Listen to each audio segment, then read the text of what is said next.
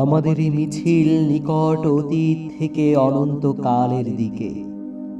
আমরা বদর থেকে উহুদ হয়ে এখানে শত সংঘাতের মধ্যে এই কাফেলা এসে দাঁড়িয়েছি।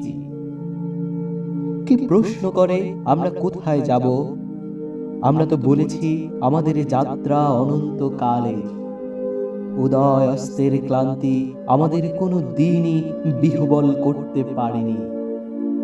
আমাদের দেহ ক্ষত বিক্ষত, আমাদের রক্তে সবুজ হয়ে উঠেছিল মোতার প্রান্তর।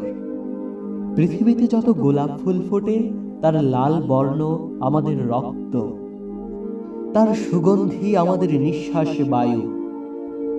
আমাদের হাতে একটি মাত্র গ্রন্থ আল কোরআন।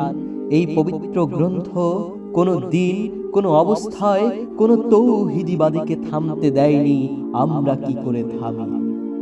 আমাদের গন্তব্য তো এক সোনার তরুণের দিকে, যায় ভূপৃষ্ঠে নেই।